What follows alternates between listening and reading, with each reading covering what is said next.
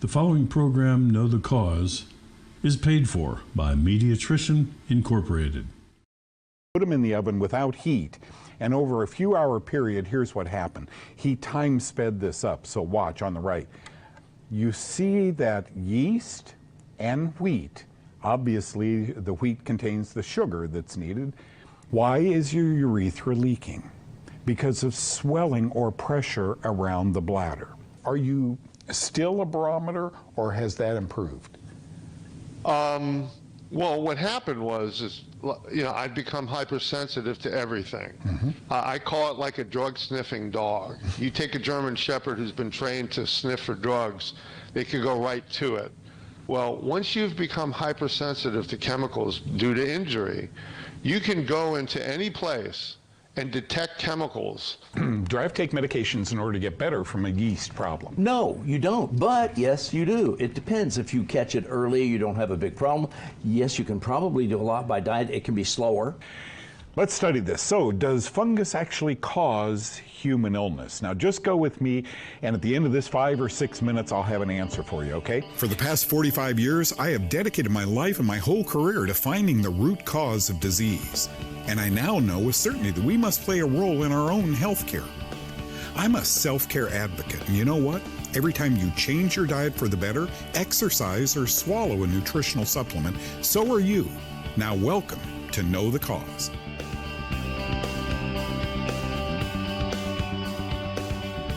Okay, I need to set the stage for what I want to talk about the next 5 or 6 minutes. So let me read you a couple testimonials that I received here. Hi, Doug. I've been strictly on your #1 antifungal diet. I'd contacted you with recurrent bladder problems.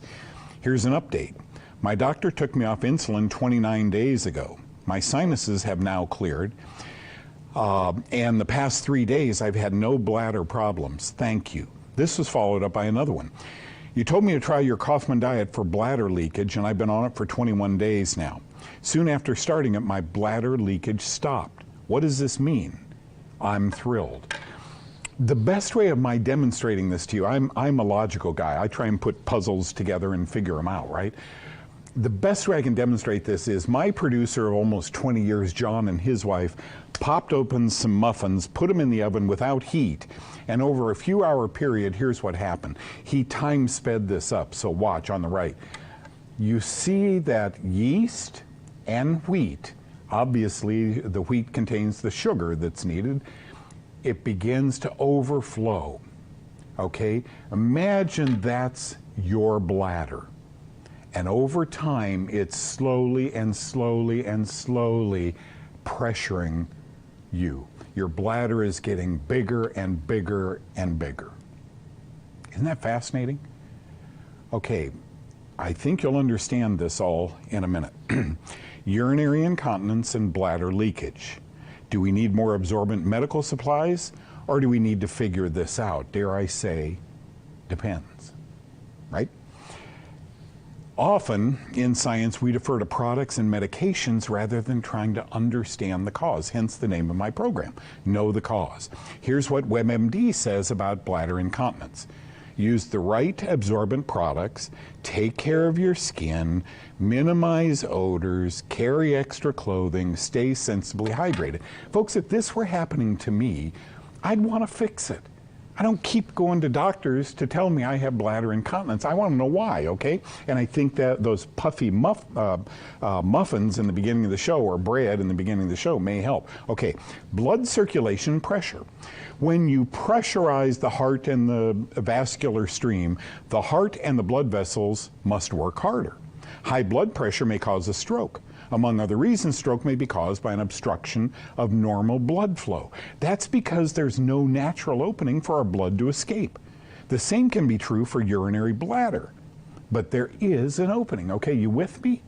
So high blood pressure, folks, there's no way for blood to get out short of a break in a blood vessel or something. Urine flow pressure. When your bladder is pressurized, it has a natural opening. We call it the urethra.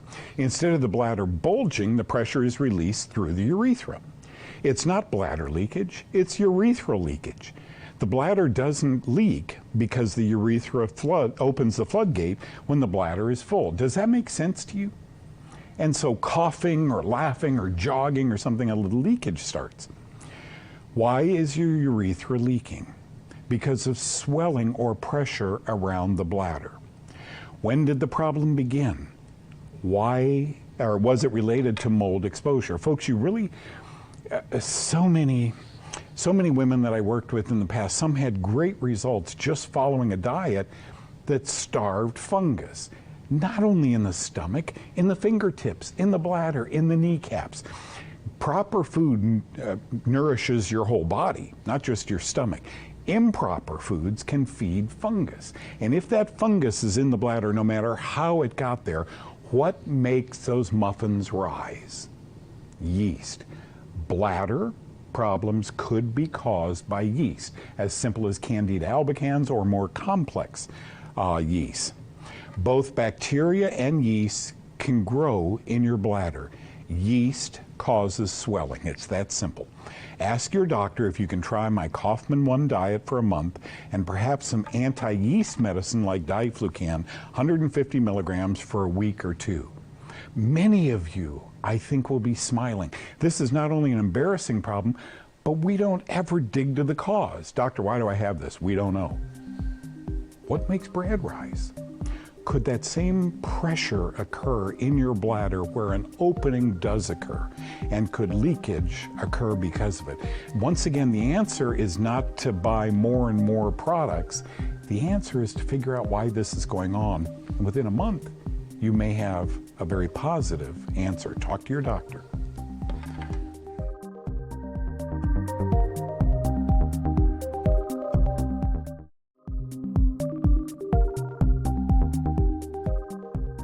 Alan Bell. You're going to remember that name, folks. He's an attorney. He's written a book called Poisoned. It is one of the most wonderful, simple, very technical, but very simple books on mold and chemically induced illness. It's forwarded here by Bobby Kennedy, who's a friend of Alan Bell's. Congratulations on that. Alan,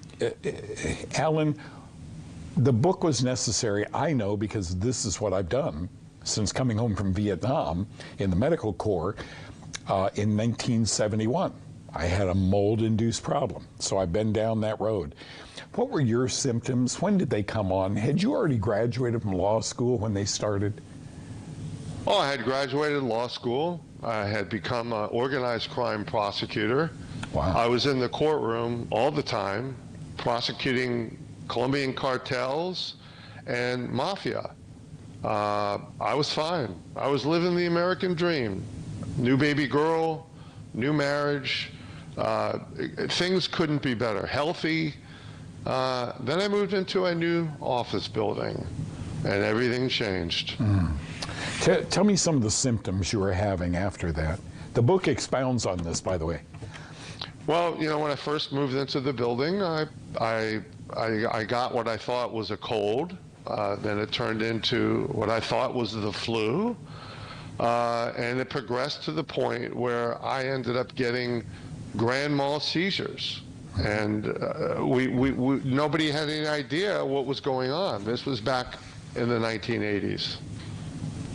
It's just every chapter of this. Can we zoom forward to the point, you were deteriorating. You tell in one of the chapters, later chapters, you go in to visit this doctor and you've seen dozens of them and antibiotics and so forth. Nobody seemed to put their finger on it. But here you are, 6'2" and 140 pounds, wheelchaired into the doctor's office. They must have looked at you like, because they don't know this. Have you found that the medical community and mold are almost diametric? They are. You know, when I got wheeled into those doctors' offices, they thought I had AIDS, and they kept checking, and it came negative, negative, negative. Back then, they had no idea that mold or chemicals could cause these kinds of illnesses. But since then, medicine and science has progressed, where we could now look inside the brain through neuroquant brain scans or MRI brain scans and actually see abnormalities that are consistent with chemical exposure or mold exposure. In my case, Dr. Seastrunk in Texas did a MRS of my brain and told me that there were lesions in my brain, which were injuries that were consistent with chemical exposure. He had seen this before because he had treated a lot of Gulf War veterans, sorry, not Gulf War veterans, Vietnam veterans, okay, like you, Yep. that had the same appearance in their brains. The story is so compelling, folks, because a little girl helped save this man's life, and for it, he dedicated a chapter. Tell about this little girl. This little girl is my daughter, Ashley. And when I first got sick and I was having grand mal seizures, they took me and my family into a small bubble in the middle of the Arizona desert to stay away from all chemicals so I wouldn't have seizures. And eventually it was just me and her in this little bubble in the middle of nowhere. And back then, all we had was a phone and a fax. No computer, no cell phone, no cable, nothing. And I tried like heck to find a way out of this so she would not become an orphan. Yeah. But the irony is that this little girl led me to a scientist who gave me a new medication, anti-seizure medicine, that got me out of the bubble. So in many ways, this is the love story between a little girl and her dad and what we did to survive against all odds in the middle of nowhere. Folks, today, Alan is taking on big industry. You know, there are people buying up homes and apartment buildings like they're going out of style. And let me just give you both sides of that story. Often, Alan didn't know, Doug didn't know in 1970 that mold or chemicals in a building can really put you down. And these owners, they own 1,000 units, they don't know very often. But Alan will go into a building. He said he's a barometer. All of us are who have been mold injured. We can tell when the weather is changing long before the barometer. We can tell when we walk into a store, oh boy, I can't be in there for more than 2 minutes. Right, Alan? I mean, you talk about that. That was so interesting to me because I worked with thousands of people with mold and chemical injury, and you all change dramatically. And you did. Are you still a barometer, or has that improved? Well, what happened was, I'd become hypersensitive to everything. Mm-hmm. I call it like a drug-sniffing dog. You take a German Shepherd who's been trained to sniff for drugs, they could go right to it. Well, once you've become hypersensitive to chemicals due to injury, you can go into any place and detect chemicals that other people can't detect. Right. So they put me on this anti-seizure medication that damped down that hypersensitivity and brought it down to the point where I'm not hypersensitive, but now I'm just sensitive. So what that means is I can go into a building, I can go into a place, and I can detect chemicals or molds that normal people can't detect. They can't feel it. It doesn't cause me to have seizures anymore because I'm medicated from the anti-seizure medicine, but it's like a drug-sniffing dog. It enables me, like a seeing eye dog, to see things that other people can't see. So this curse has turned into a gift that God has given me to not only alert me, but others in places where they may be in peril. You know what I think the book did best for me was answer this question. You don't suppose your chronic fatigue, your being virally reinfected over and over again, you don't suppose your depression or your arthritis could be something that your doctor didn't learn in medical training, that an attorney had to get that down to find his way out and then publish about it. Must read, folks. The book is called Poisoned. I got it on Amazon. Alan, thank you so much for your time. I'm sorry you had to go through all that, but knowing a little girl was right there by your side who loved her daddy, that meant everything. Thank you so much for what you're doing, Doug. You're bringing the truth to millions of people. Thank you. And now with you, together we are. Thank you. You know, I've been at this for 22 consecutive years on television. Know the Cause, the show you're watching right now. And yet still, so many doctors don't know about fungus. Oh, bacteria. Oh, virus. Protozoa. But fungus, why aren't they teaching this in medical training? They will soon, I predict. Let's study this. So, does fungus actually cause human illness? Now, just go with me, and at the end of this 5 or 6 minutes, I'll have an answer for you, okay? International Academy for Research on Cancer, they're called IARC. 5 poisons made by fungus, these are called mycotoxins, are listed as possibly carcinogenic to humans. They're called fumonisin, fumonisin B2, fusarin C, ochratoxin A, and sterigmatocystin.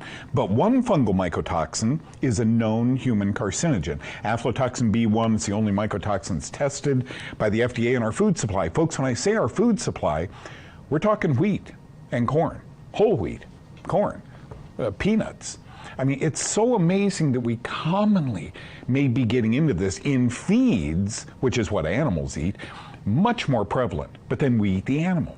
In foods, less prevalent, depending on where you are. Sub-Sahara, where maize and peanuts are eaten often, bad problems with these mycotoxin-induced diseases. A lot of liver cancer there because a lot of corn and a lot of peanuts are eaten, okay? Zearalenone, a fusarium mold mycotoxin, this one scares me. In foods and feeds in our U.S. meat supply. It concluded the low dose of zearalenone can exert estrogen-like effects and carcinogenic properties. There you have it, from a journal called Toxins in 2018, causes cancer, which can stimulate the production of cells, while in addition, a high dose of zearalenone can cause cell death through induction of cell cycle arrest, oxidative stress, DNA damage, mitochondrial damage, and apoptosis, or cell death. Folks, this is not in the world, but in North America, Canada, and the US, this mycotoxin is added to our meat supply. It's estrogenic, so the cow will grow very quickly within a matter of months instead of years, and that's what they want, is for a cow to grow very quickly. Fungi accelerate pancreatic cancer. The impact of fungi on human health is understudied and underappreciated. There, they said it, Nature magazine, thank you. One genus of fungus called Malassezia has now been linked to progression of pancreatic cancer. Malassezia is a genus of fungi. It's found naturally on human skin surfaces. Somehow, folks, it gets inside our body and impacts negatively the pancreas. So we end up with pancreatic cancer. I mean, my opening question, can fungus hurt us? Look. Antifungal drug treats skin cancer. You've all heard of basal cell carcinoma, right? Affects about 3 million people in America each year. A common antifungal treatment called Sporanox or itraconazole may be useful in treating basal cell carcinoma. So, a drug that kills fungus also treats skin cancer? Doesn't that tell a dermatologist that basal cell carcinomas have a fungal etiology? And folks, they're using itraconazole for breast and prostate, an antifungal drug. All it does is kill fungus. It doesn't kill cancer. And they're scratching their heads wondering how this could it be the cancer cells might be mistaken and they're really fungal cells? I mean, I don't know the answer to that. Get this one. Bone cells get yeast infections. Candida glabrata, that's second only to Candida albicans, survives and replicates in human osteoblasts. Opportunistic pathogen, second only to Candida albicans, says pathogens and diseases in the year 2016, 5 years ago. Might this lead to osteoporosis or thinning of the bones? Common sense says it really might. And here, fungi accelerate viral virulence. One Aspergillus fungal mycotoxin called aflatoxin causes 40% of the liver cancer in Africa, where it's commonly found in their diet. Aflatoxin not only causes liver cancer, but studies have confirmed that it makes viral infections like AIDS and human papillomavirus more deadly by increasing viral virulence. I mean, it's amazing that nobody's looking at this. Billions, trillions of dollars going into viral research. More antibiotics are needed. Fungus? Finally, Does fungus cause human illness? Can I get an amen from the audience? Absolutely, yes, it does. And this is only a tiny part of all the things that fungus does once inside the human body. I hope that helps.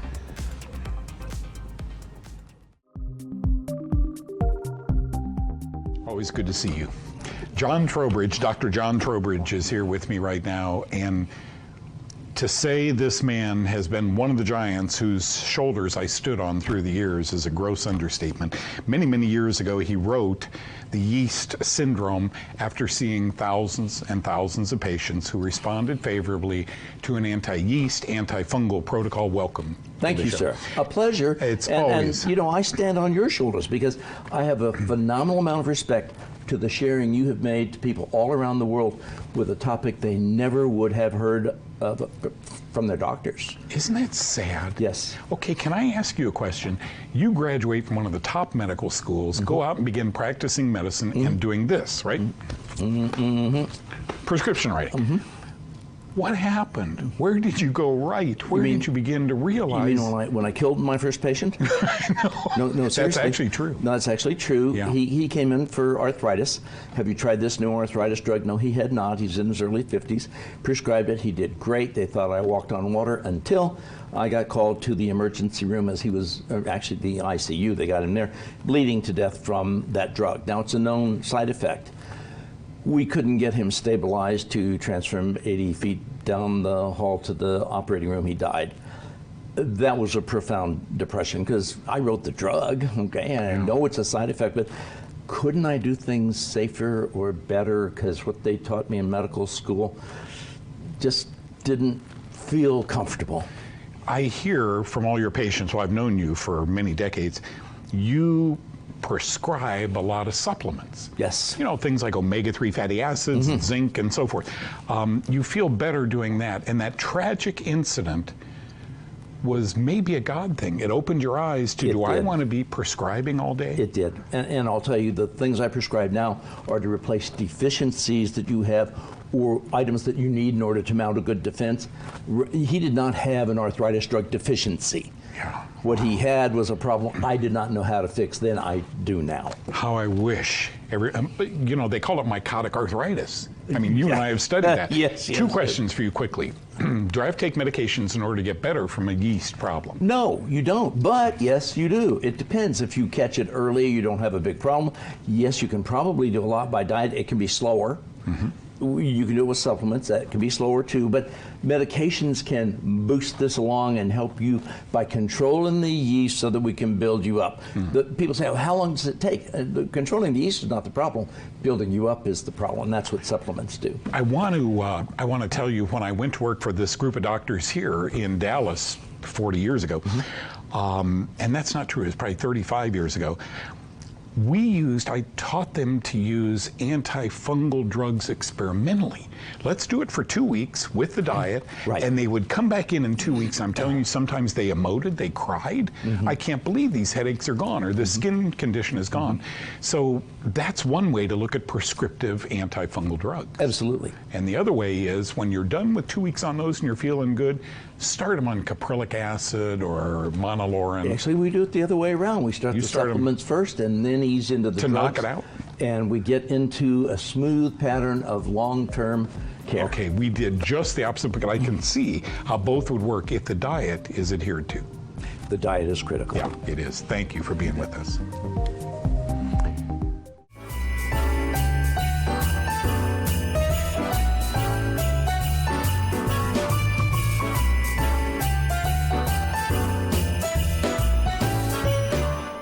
What were your symptoms? When did they come on? Had you already graduated from law school when they started? Well, I had graduated law school. I had become an organized crime prosecutor. Wow. I was in the courtroom all the time, prosecuting Colombian cartels and mafia. I was fine. I was living the American dream. New baby girl, new marriage. Things couldn't be better. Healthy. Then I moved into a new office building, and everything changed. controlling the yeast so that we can build you up. People say, oh, how long does it take? Controlling the yeast is not the problem. Building you up is the problem. That's what supplements do.